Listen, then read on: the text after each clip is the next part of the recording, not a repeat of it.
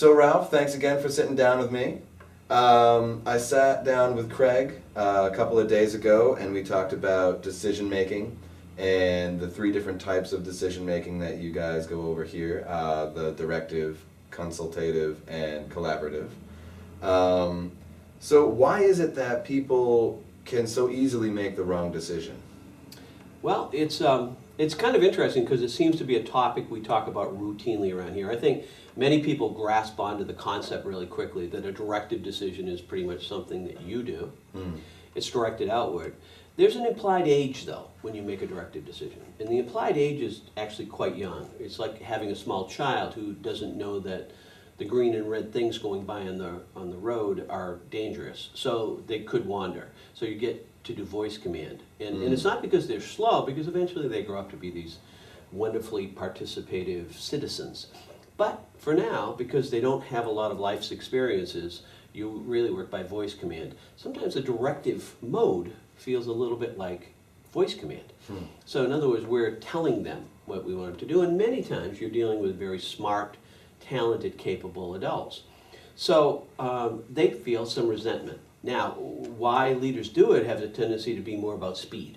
They can do it quickly. In you know, this fast-paced world we live in where everybody's busy and nobody has time, everybody kind of leans into this whole make a good decision. So I guess to answer your question and to kind of go back a little bit, why don't they do it better? I would say that they're not thinking about what the end game might be when they're considering their decisions. For instance, if you want a smarter audience, if you want a smarter workforce, take a more collaborative role because they have to get educated, they have to be smarter to work at that level. That will require you to kind of, as we say, learn them up so that they can really kind of pick up the speed. On a consultative basis, sometimes there's a misunderstanding. People think that you're being consultative. They think you're being collaborative when you're being consultative, and they get offended. They're going, why ask me my opinion if you're not going to consider it? So I think lots of times if we can get leaders, and we do that here, sometimes we'll talk to leaders about, what do you want? What do you really want? I mean, what's the outcome? What's the outcome for people? Do you just want the right answer? Because if you just want the right answer, all you have to do is make a directive decision.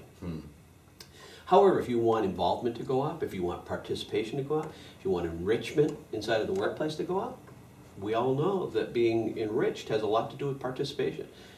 And asking somebody's opinion is a good way to get that.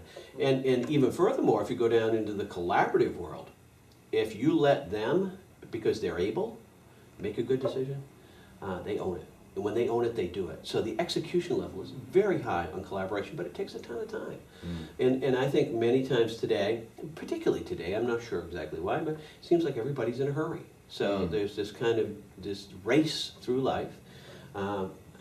I would tell every leader worth their salt, take a breath, consider what you want, and then decide how to make your decisions. It will pay dividends long term. Awesome. Well, that is perfect. Ralph, thank you so much for sitting down and talking with me about a little bit about the decision-making process. Thank you for asking. Absolutely.